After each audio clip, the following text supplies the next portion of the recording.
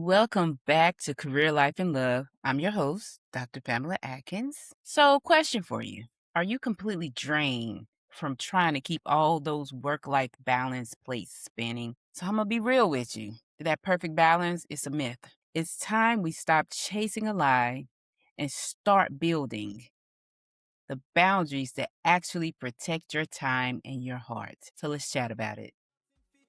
Your stride. Oh yeah, now take 'em easy, no wahala oh. We there for you, my sister, make you shine bright oh. Career, life, and love, we got the key to be everything you want to be. Come on now, make we go, make we go. Oh yeah, make we go, Joe. Career, life, and love.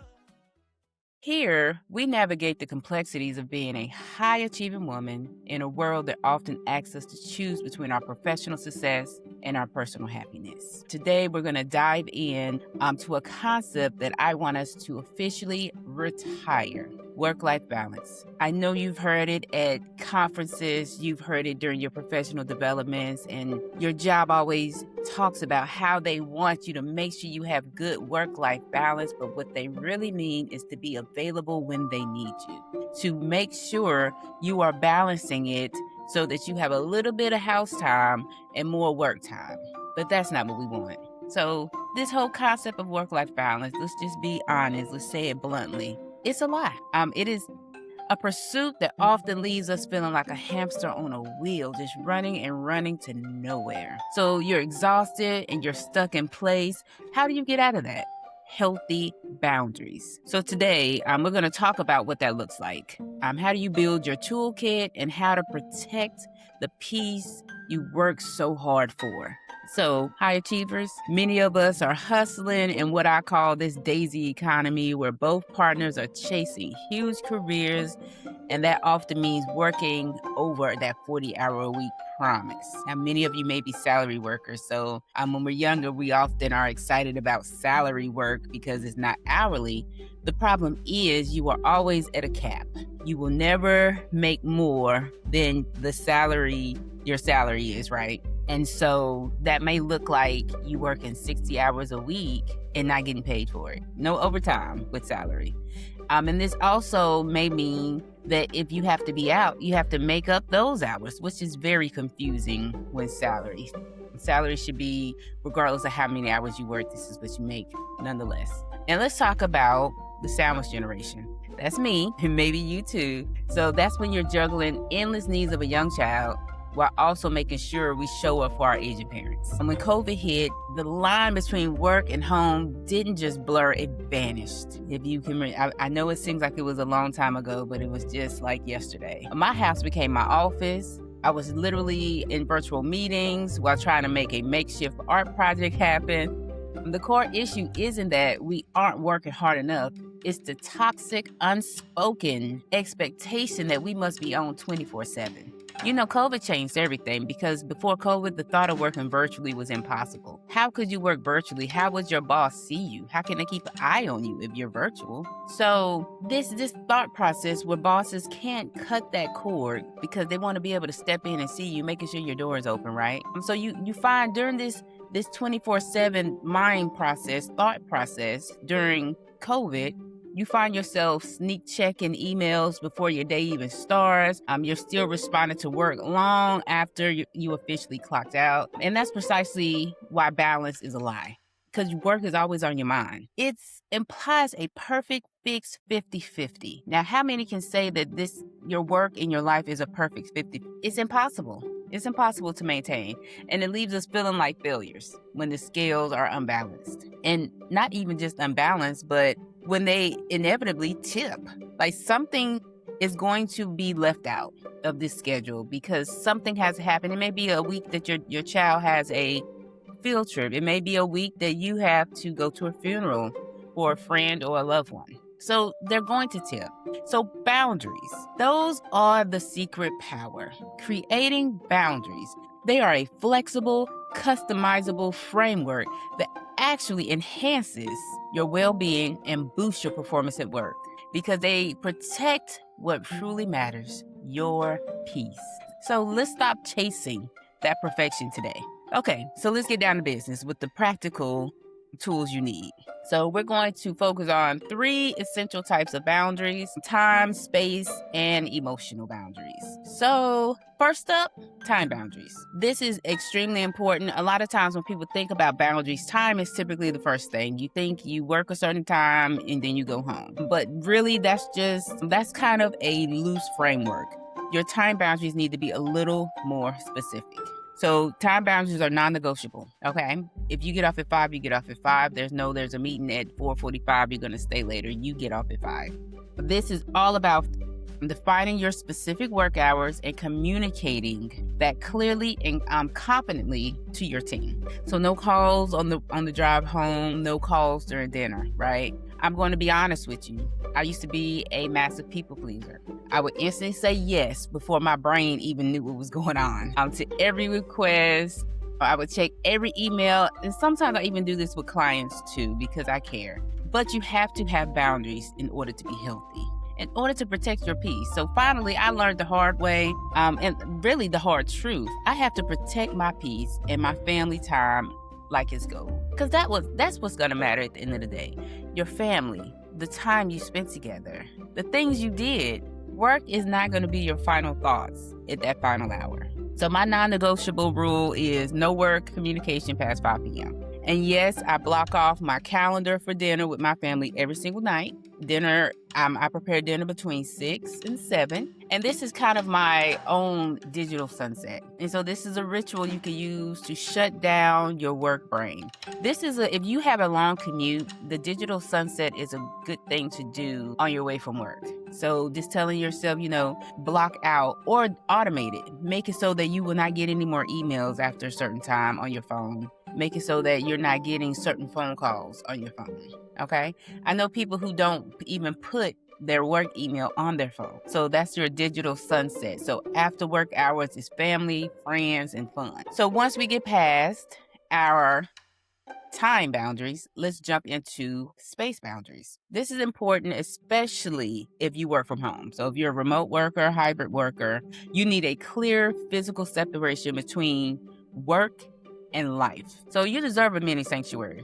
It should be dedicated just for you, just for work. This is where you're going to be organized at a desk. Everything around is about work. Because remember, work-life boundaries means you do work during work and you do life during life. So that means you're not going to be at your desk paying bills that you should have did last night, or you're not going to be at your desk talking to your friends all day. You're not going to be at your desk doing non-work related things. So this is how the boundary works. So you want to make sure your space, so if this is at your job or if this is at home, you want to make sure your space is comfortable. You want to make sure it's organized and free from distractions. So when you physically leave that space, you're sending a signal to your brain. It's time to clock out. So if you have a space at home, you're going to have to use things like doors that close off that office space. If you have a corner office, you might want to put a divider around that space so that you're not looking at it. Because if you're looking at it, you're going to remind yourself that it's something you didn't quite finish. And you're going to be tempted to finish that thing. So completely block off that space, okay? Again, you're telling your mind, it's time to clock out. It's time for home. Before we jump to the final boundary, I want to go over a few tools that I use that were complete game changers for creating boundaries for myself. So I'll start with being real with you. I'm a private practice owner. Sometimes it's a little difficult ignoring the needs of my clients. So if a client reaches out to me, what they view as an emergency, sometimes I feel the need to respond immediately to make sure they're good, right? But this is not always good work-life boundaries, so I use a couple of tools to help me focus on those boundaries a little more. So to kind of battle and avoid burnout, my tools are Google Workspace. So when I started my practice, this was the first tool that I started using. So as an ultimate boundary partner, this helps me literally define when I'm on and when I'm not. So for my mental health practice, career life and love, I lean hard on my digital workspace. So for instance, if a brilliant idea just pops up into my head for an email or something like that, and say it's 8 o'clock at night, I don't send it at 8 o'clock at night. I use the scheduled send feature in Gmail to send it at 8 a.m. the next morning. it gives a more realistic expectation to the receiver of that email. Because if they see me sending emails at 8, 9 o'clock at night, that means that I'm available and I'm up. So whatever emails you're sending for those late nights, send them at 8 a.m. in the morning. And the schedule send feature is perfect. So this gives you a mental freedom to get the thoughts out of your head. So it doesn't say you have to wait till in the morning, because if you're anything like me, you're going to forget that email by in the morning. So this helps you figure out what it is that you need to get out of your head, but it doesn't go to the client until 8 a.m. And that creates a very good time boundary there. For my counseling colleagues, see, Google Workspace, that works if that works in your personal life, that works if you're an hourly worker, that works if you're an entrepreneur. But specifically for my counseling colleagues, I have to give a shout out to Simple Practice. This is a tool I've been using since I started in mental health practice. It's really good for coaching, for massage therapists, for people who work in different medical fields. So it's a lifesaver for me in my private practice because it handles all the things: billing, scheduling, admin tasks. It even helps you with taking notes too, which can take hours out of your day. So it's all about taking those logistical burdens off your plate, so you have more mental energy and precious time to dedicate to your personal life and your family. So less administrative stress leaking into your evening means more peace for you. And that's what it's all about. Of course, I'm going to put the links for the Google Workspace as well as Simple Practice in the comment section. If you have any questions, feel free to reach out. I would not mind giving you more information and giving you detail, especially about Simple Practice. Google Workspace is different than the regular Google. Google Workspace gives you a couple of HIPAA and confidentiality securities that the typical Gmail doesn't have. So yes, those are my tools. Use them as you will. The final boundary that we talked about is emotional boundary. So this is where we learn to step back and consciously transform our homes back into a sanctuary where our conversations center on personal joys and true togetherness, not just workplace stressors. Early in my marriage, actually, my husband and I made a rule that we would not talk about work after 6 o'clock. And at the time, we worked at very stressful jobs. And so every day something was happening at the jobs. Hindsight, we probably should have focused more on leaving those jobs as we have now. But we had a cutoff. Get it all out on the drive home at 6 o'clock. It is about us. So another crucial thing, and this is important, kind of relates to this story, is looking up your value alignment, your audit. There are different websites you can go to, and it can help you realize what is valuable to you. So I did this, and I realized my core values were peace, calm, and family. I wanted to be peaceful, I wanted to be calm, and I wanted to be family. That helped me decide if the workplace I was at was the place for me, okay? So once I started realizing that those things were more valuable to me, I immediately saw a huge difference, in the way I started moving. There was a disconnect originally where I was checking emails late. After I realized what was important to me, I stopped that, right?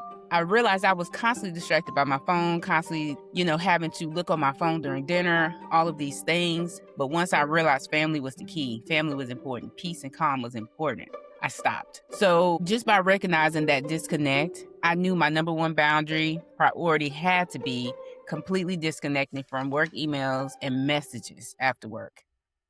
This can also look like you setting your phone in a specific place when you come home. So just like you can have a shoe rack and a coat rack, you can have a stand for your electronics.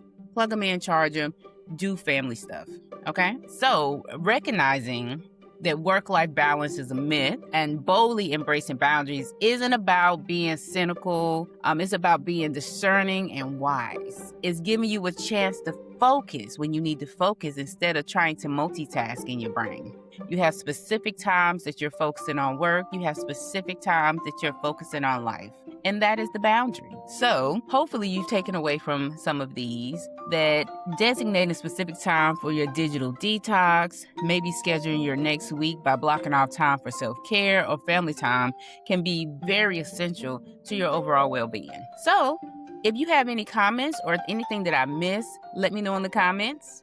And I look forward to helping you, working with you in future episodes where we will continue on the career path a little longer before we jump into more life and love areas. So until then, keep living with purpose and loving with wisdom. Talk to you later. Bye. Oh yeah. See as your body set, no need to fret. The hustle life is sweet for your own street with your sisters by your